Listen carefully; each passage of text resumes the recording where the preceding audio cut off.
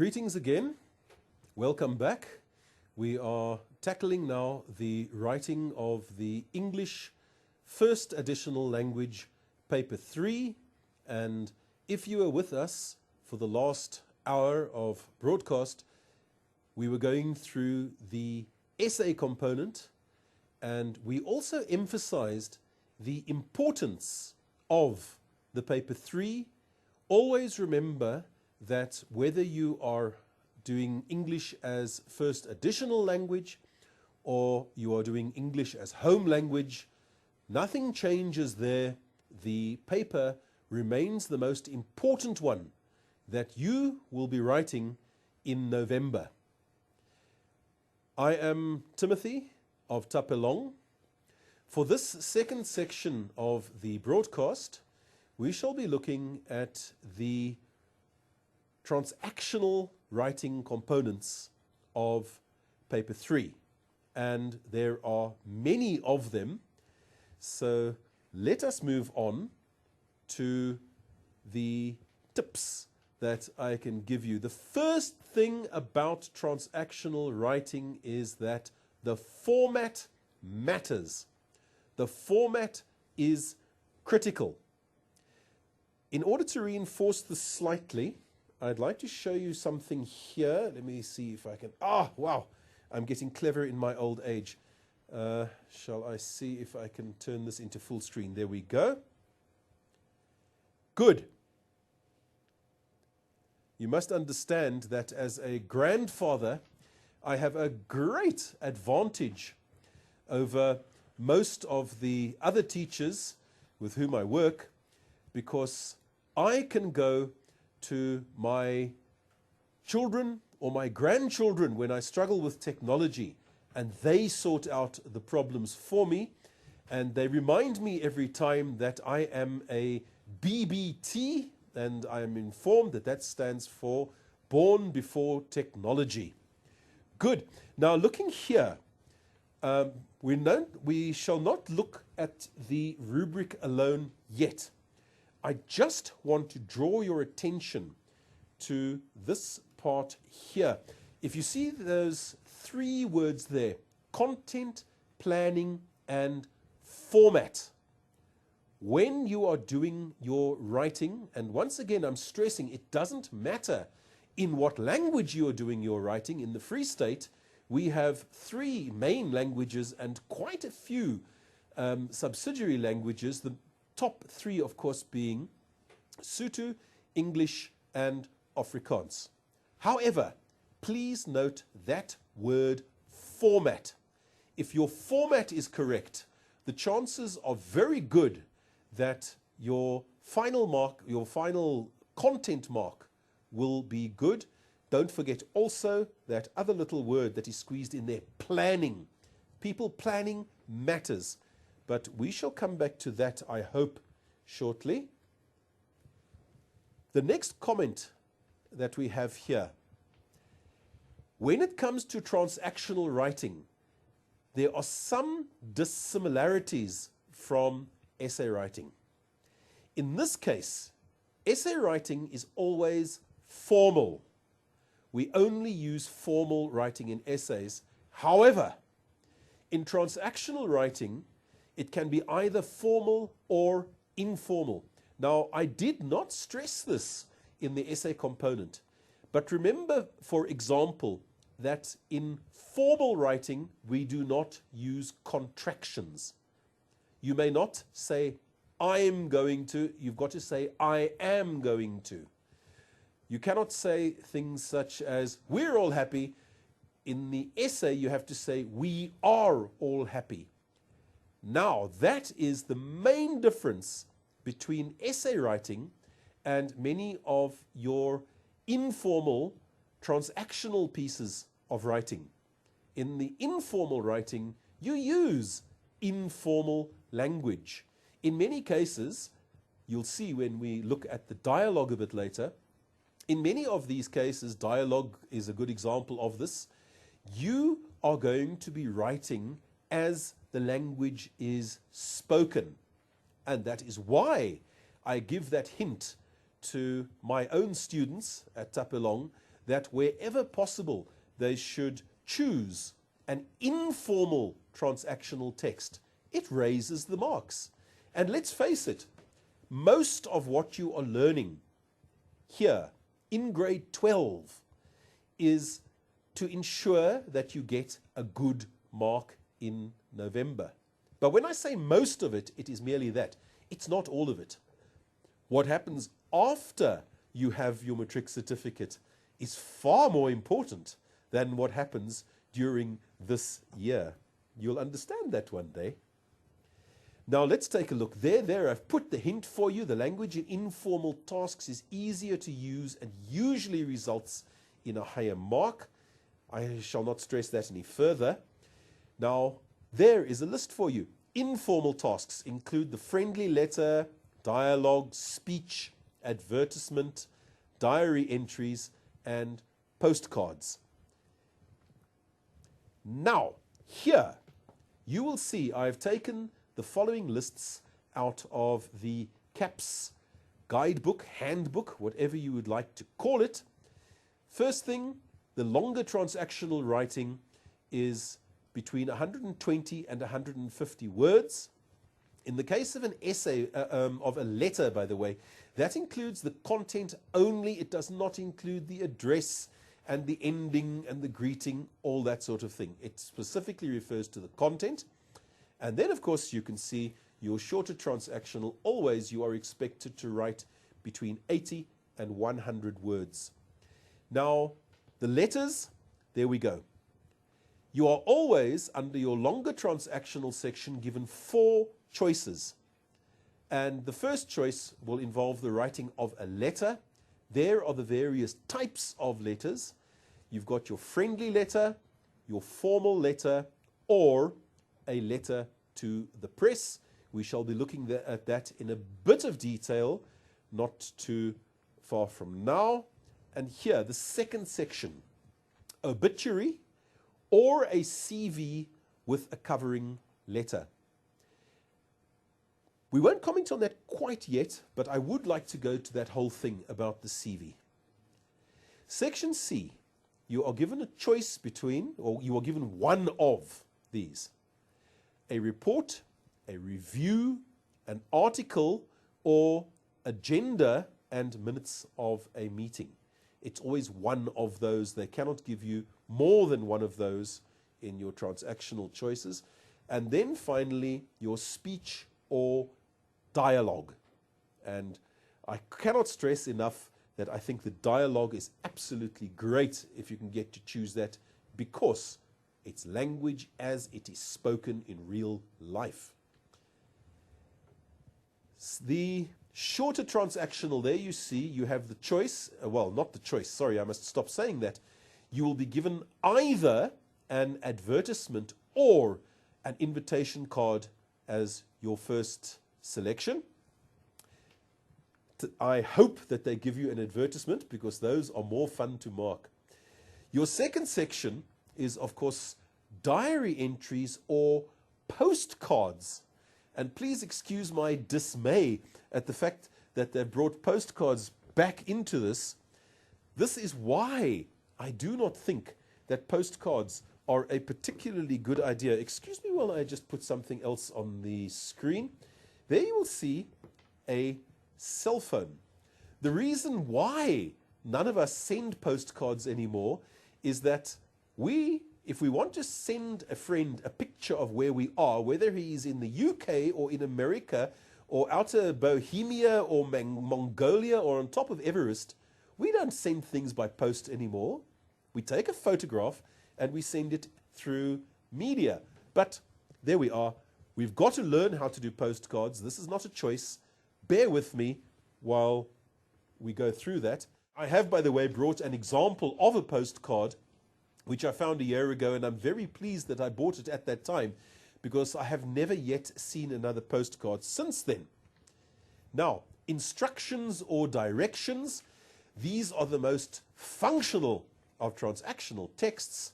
They must always be correctly done. And here is another comment. You almost certainly know that already. In a paper 3, you select only one task from each section.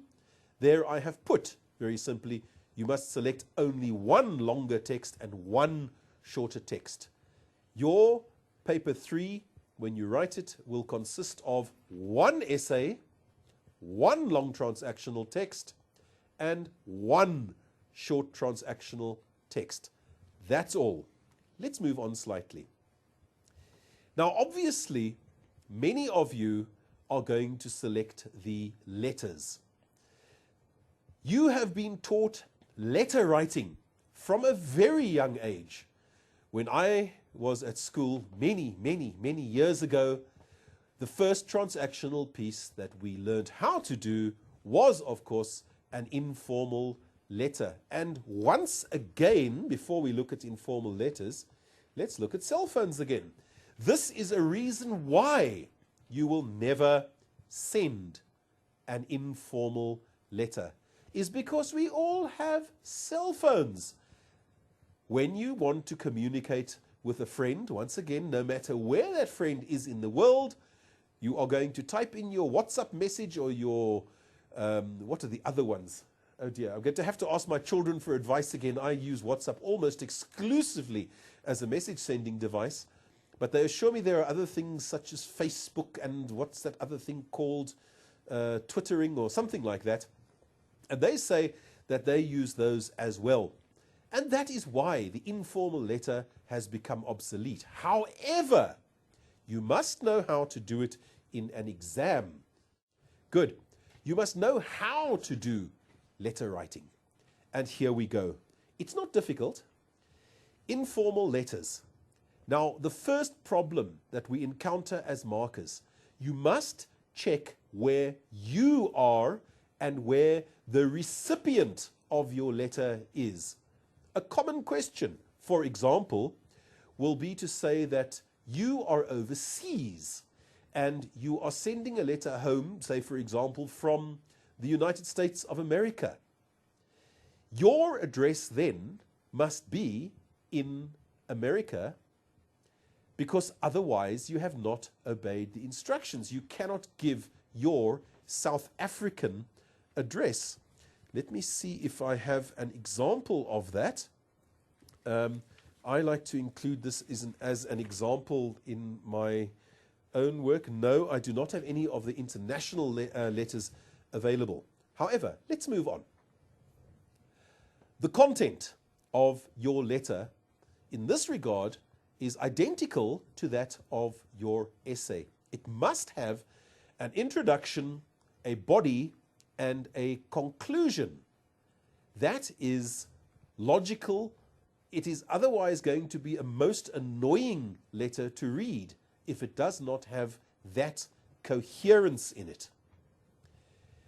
Your introduction, please, please, please, people, I beg of you, if you have chosen a letter, make the introduction original, especially in the informal letter.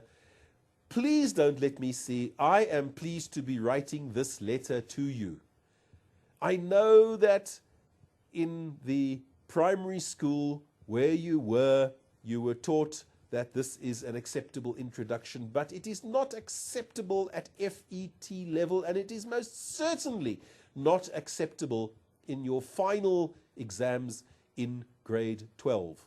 Don't use things like that. We were warned many years ago when we were first taught how to do letters, we were warned not to use "I am fine, how are you?" And this, however, that I have on the screen is the most common bad introduction that we see today. Now, the next thing, the content of an informal letter is just that. It is friendly, it is informal. Check to see that your tone is correct. Even if you are sending the letter to your mother or your father, you don't have to address them as if they're the president of South Africa. Address them informally. They are your parents. They want a friendly, informal letter from you. And then your last one here, this is a very logical mistake to make. Is your salutation and your conclusion informal. Your salutation is, of course, your greeting at the beginning. You'll say something such as, "Dear Clement," and that is correct. It doesn't have to be anything more than that. And then, of course, your ending. You will say something very simple, such as, "Your friend, Timothy." And that is how to conclude it. If you are doing informal letters, do not use, and they have given you the formal conclusions, do not use "yours sincerely" or "yours faithfully." That will interfere with the correct tone of the letter and will decrease your marks both according to your language and your content.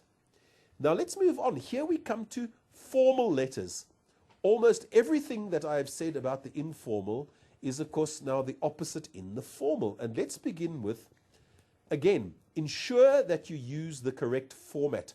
Now, in this 1 hour broadcast, we don't have time to look at the correct format of the informal letter, but I'm not worried about that. You have been taught that already. That's fine.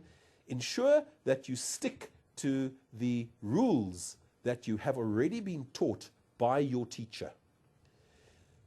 Now, here is a very serious problem that we encounter while marking national papers.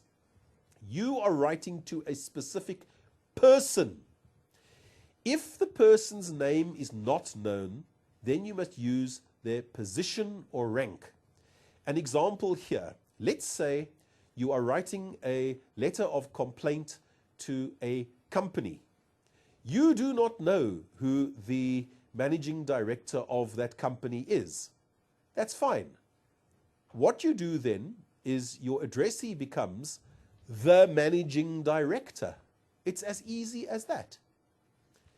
All right? So please remember always the person to whom the letter is addressed. It must be a person, not just a company or a school or a government department. Always the letter is targeted at a specific person. Now the next one, oh boy, this one gives us a good few laughs, but unfortunately those laughs come at the expense of marks for the writer.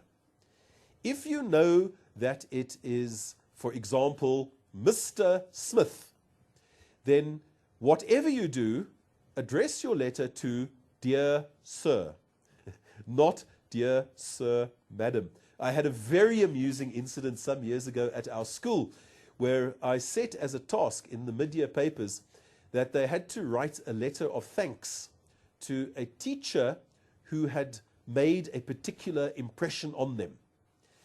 And I got 4 or 5, I can't remember the exact number, who addressed their letters to "Dear Sir, Madam."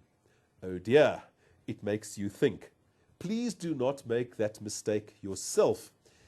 And finally, here is the case where your ending must consist of "yours sincerely" or "yours faithfully." That's straightforward. But do not forget that following that must be both a signature and a name. Both must be included. Otherwise, your letter is not fully correct. I have one eye on the clock, but we do have time to squeeze in now this letter to the editor. Let's take a look at this. This is very frequently a problem in exams. It uses the same format as that of the formal letter, but you simply leave out the word "dear" in the salutation. So your opening greeting, your salutation, will simply be "Sir." Or if the editor is known to be a lady, you will simply write "Madam." Nothing else. That's it. Now, here is a huge stumbling block for the average person. Remember that you are not writing to the editor, even though it says "letter to the editor." You are writing to the readers of the publication, and the editor is merely giving you the chance to share your views with the public. You are not addressing the editor directly.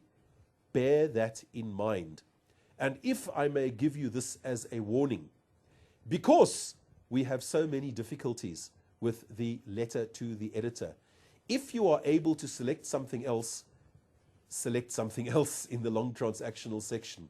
It may otherwise lead to serious problems for you. Now, before we leave letter writing entirely, there's something that I would like to bring to your attention, and in order to do that effectively, let me slip this under the camera, document camera. Let me find this. Point number 9. Now, before we go on, remember that this cover is obsolete. However, the general instructions remain the same. Number 9 says, the name of your school, town, city may not appear anywhere in this book. All right. And the same applies to your name. You may not insert your name anywhere in any of your exam papers. Now, let me just see if I can go back here. And what have we here? Important, use a fake name and address for any letter in your final exam. Pick for yourselves a name of a person that you would like to be, or a name of a person that amuses you when you think of him, such as Leon Schuster, okay, homeboy from the Free State. All right, there's various other famous people whose names you can borrow for your letter writing. I mean, sometimes politicians come to mind. There's one called Julius something or other. I can't remember his second name now. But there's also the former president, Thabo Mbeki. Please use the name of another person as your own. Do not put your own name anywhere into the paper. That actually forms a big problem for us, the markers, because for us it is somewhat of an irregularity. And the same thing goes for the name of your school or the name of your town. Your address must be fake. I use, for example, well, I won't tell you what my name, my pseudonym is under which I write, but if I use a fake address, I've got two towns in which I apparently live. The one is called Slootdorp and the other one is called Pampoenstad. And nobody can find those on a map. And that's why you can't find them on a map, is because they exist only in my mind and my writing. Now, obituary. Now, people, bear with me for a second.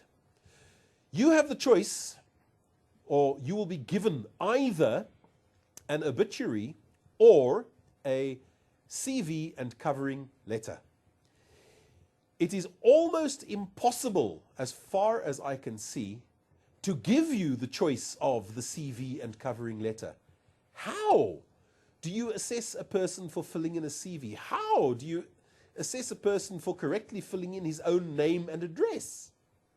How do you assess somebody for filling in their own cell phone number, their own qualifications, their own recommendations? For that reason, I am convinced that the second section of the paper will almost always include the choice of an obituary. And for the sake of everybody watching this broadcast, or possibly if you are watching a recording of this broadcast, I have included a full obituary on the screen. Now, I know that for those watching a recording, you are at this point going to hit the pause and print button. I have no problem with that. Please, people, if you are a teacher and you would like to use any of this, by all means. It will cost me nothing. There is no copyright on this work. Go ahead and use it. But this is probably the best example of an obituary that you will see. Look at the various elements. First, you have as the heading, please note the various titles: Honorable Doctor, And then you got the person's name, David Matopa, and date of birth, date of death. All right, very simply, and there at the introduction it says, "It is with the deepest regret that we announce the passing away of David Headmaster Matopa yesterday in a vehicle accident. He was 98. Right, a brief bibliography, right? Sorry, biography. I'm getting confused there. The bibliography is the list of books at the back of an academic text. Biography. David was born and raised in the Lakota province, formerly the Free State, in the town of Zhangtiang, formerly van Stadensrus, where he attended school and achieved noted success both academically and on the soccer field. After completing his studies with distinction at UOFS, he returned to Tapalong School as a teacher, rising to be head of department languages and subsequently the principal. Okay. In 2014, David joined the then new Constitutional Justice Party and was elected to Parliament. After the CJP achieved a majority 10 years later, he held several cabinet posts, including education and defense. He retired in 2050, having served his country with distinction. Okay, so now you have brief biography of the person. It's not the whole obituary. It's short, sweet, and to the point, key points only. And now we come to what went wrong. This Sunday past, David was driving from his home towards Winnieville, formerly Mangaung or Bloemfontein, when a tire burst on his beloved Grand Jeep Cherokee Executive, causing him to swerve and collide with an oncoming road train. He was killed instantly. And then finally, the family left behind. Well, not finally, second last. David is survived by his third wife, Charlize, 3 children, 7 grandchildren, 10 great-grandchildren, and 1 great-great-grandchild, who mourn his loss along with the whole nation. And then, funeral arrangements. Funeral arrangements will be announced shortly. I have put in this case, whereas very often it will say the funeral is to be held at the First International Church of the incredibly loud sound system, and then of course the date and the time, and other details such as that may be included, but they're not really necessary. All right, that is a perfect example of an obituary. Please bear that in mind, people. It is almost certain that you will have the option of doing an obituary in a paper. And just by the way, let us look at our national paper just to prove my point. I shall slip this under the document scanner, okay, or document camera, I should say. Let's see what this has to show me. And we go down slightly. Well. Please note, friendly letter and obituary. You see that? Obituary. I cannot see that we're going to, or I cannot imagine that we are going to see a national paper in the near future without the option of an obituary included. Good. Let's move back slightly. We're not going to look at this in detail now. Moving on. Reports. Now, our third section, you're going to be given either a report or an article, or, well, we'll see the rest shortly. Now, first, remember that reports are either formal or informal. It doesn't really matter. It's very much the same. Reports must be factual, clear, detailed. It's as if you are making a statement to the police. Reports should not contain figurative language there. Okay, that's fairly obvious. Oh, I seem to have skipped ahead. It doesn't matter. Let's keep on running. I've just been informed by our production crew that I'm going to have to pick up the pace slightly. This may possibly not be as informative as I had hoped, but let's make sure that we at least get to the end of this section.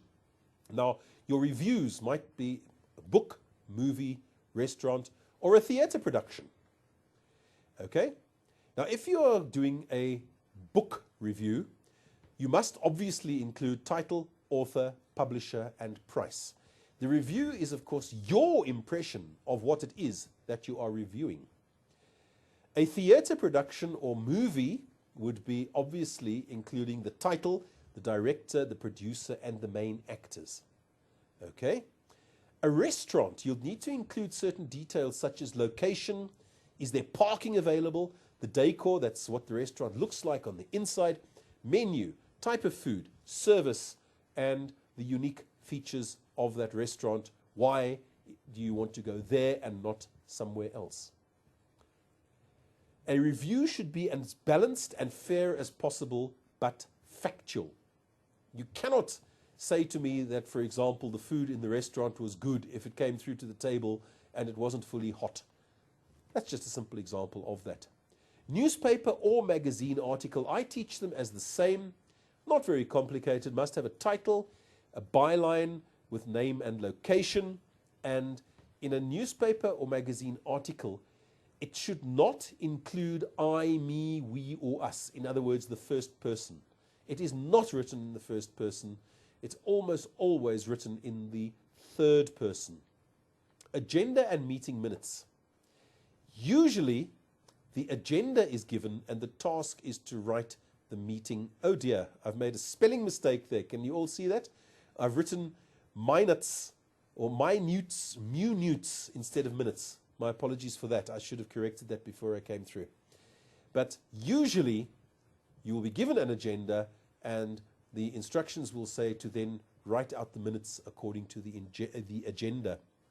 Now, a speech can be either, once again, formal or informal, and must include, of course, your greetings to the various people there, introduction, body, and conclusion.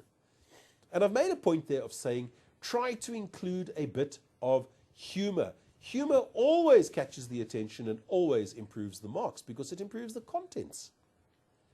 Dialogue.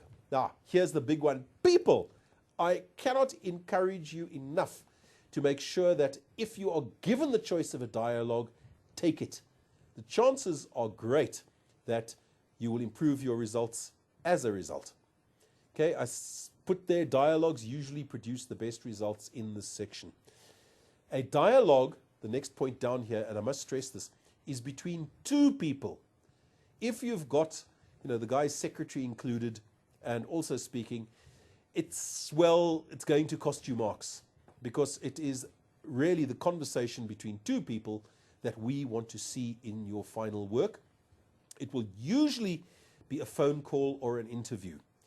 If it is an interview, you see I put here, do not include greetings. If it is an interview, do not have knock, knock, knock on the door. Come in. Good morning, how are you? I am fine, how are you? It's got no bearing on the substance of the dialogue. Leave those bits out. If it's an interview, you will have something like, now, Mr. Smith, I see that you are experienced in da-da-da-da-da-da. That's how to start it. Okay, moving on. Now we come to our shorter transactional pieces. Now I include advertisement, poster, and flyer in one big chunk because essentially they are all advertisements. Wow, what does it say there? Sex and violence. Why have I included that? It got your attention. It's got nothing to do with the actual advertisement. One of the best advertisements I ever saw did exactly that. It had this big thing in bold print, sex and violence, and it said underneath there, now that we have your attention, can we tell you about whatever the product was? Now I've put there, it's a great choice if you take the advertisement. Be creative, be original. You may use pictures and borders to attract attention, but no marks are given for these directly. And please use a variety of fonts. That's how to make your advert visually impressive. There's a tip for you. AIDA, attention, interest, desire, action. There isn't enough time for me to go into that in full detail, but I've put a comment at the bottom. Do not forget the contact details. Nobody can use your product or service unless you tell them where and how to contact you. Invitation. A good choice this. It's to whom, all right? And then you must include address, date, time, dress code, and répondez-vous s'il vous plaît. That's the French for please reply. You must then say by when must the reply be given to you, and who you are, and of course how they must reply. Must they reply by a phone, via email? The choice is yours. But please note, those elements are always included in an invitation. Diary entries. Now people, these are a surprisingly good choice. Once again, it's informal language. Note the format, day and date above each entry. Now, critical this. Check on how many entries are required. Is it 1, 2, or 3? It can be either one of those, 1, 2, or 3 entries. If you write the wrong number of entries, you will cost yourself marks. Always make sure you know how many entries have been asked. Ensure a logical sequence. If you are asked to give 3 consecutive entries, don't have them in different months of the year. It simply doesn't work like that. And then I've made that comment there again, because diary entries are written in informal language, they are usually a good choice. Postcards, here we go. Now I shall have to go back to the document scanner. Document camera, it's a camera. I must always remind myself of that. Please bear with me here. And here I have under the camera what I hand out to my guys in class. That is what the front of the postcard looks like, or the picture side. And here is, of course, what it looks like at the back. You will see your space there for a stamp, the person to whom it's addressed, and your text goes here. Here is, for interest's sake, the original postcard. It was, of course, from the Mountain Zebra National Park, where I saw a cheetah with my own eyes. It was a lovely trip. But more than that, I was excited because I found a real, genuine example of a postcard, and I don't think you get them too often anymore. There is what it is like on the back. Once again, that is what you have to fill in. It's informal. You condense your information into the small amount of space that you have available. It's not a bad choice. I've seen some very good and creative postcards, but bear in mind, once again, that the postcard is completely obsolete thanks to the cell phone. You don't need to send a postcard anymore. It's much cheaper simply to send a WhatsApp message. Now, I've made a note, they're informal and fun, but no longer used in real life. Okay, that's obvious enough. The instructions, that's just postcards. That's all there is to say about postcards in the time available. Instructions must include all required detail. If you are being told how to teach me how to send SMS messages on a cell phone, you must make sure that by the time the instructions are finished, and remember you've only got 80 to 100 words to do it, by the time the instructions are finished, I must know how to send those messages. They must be very clear, and if you want to, instructions may be written in point form. Directions. Now, I've got 2 examples of directions, and because this is the last of our points for today, I'm going to, if you bear with me, pop these examples under the document camera, but let's just take a look there. The directions. Point number 1, they must enable you to reach your destination, and they must include all required details, such as landmarks, do you turn left, do you turn right. Do not include things such as go up there. I am driving, I'm walking, I'm not using a helicopter, I can't go up. And then finally, do not connect all your sentences together with commas only. A very common error that made in instructions. Here is an example, once again, of a paper that I have set.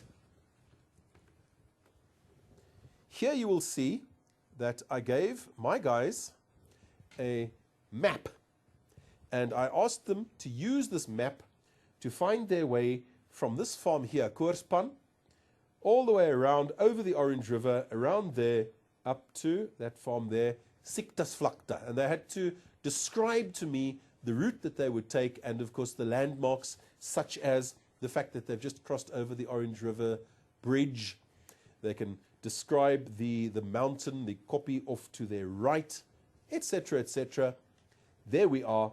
That is the task that I gave to them. Here, however, is the directions given in a national paper. There, I'm slipping them under the scanner. There we are. Here it says, your new neighbor has asked you for directions to the local library. Write the directions from your street to the library. You must include landmarks, distances, and specific directions in your response. And it says then, note, do not include illustrations or drawings. And there we are. That's perfectly straightforward. All of us can answer that because we know where we live. We know where our local library is. And that is that. People, thank you very much for watching. This was English, first additional language. In this second section of the broadcast, we were addressing the transactional writing section of the exam. I hope that you found all this useful. I hope that you will be able to put this into practice when you next do your exams. And I sincerely hope and trust that your marks will be improved so that when the results are published, you can look back to this day and say it was worth watching this broadcast. Thank you for your time, and we'll be chatting again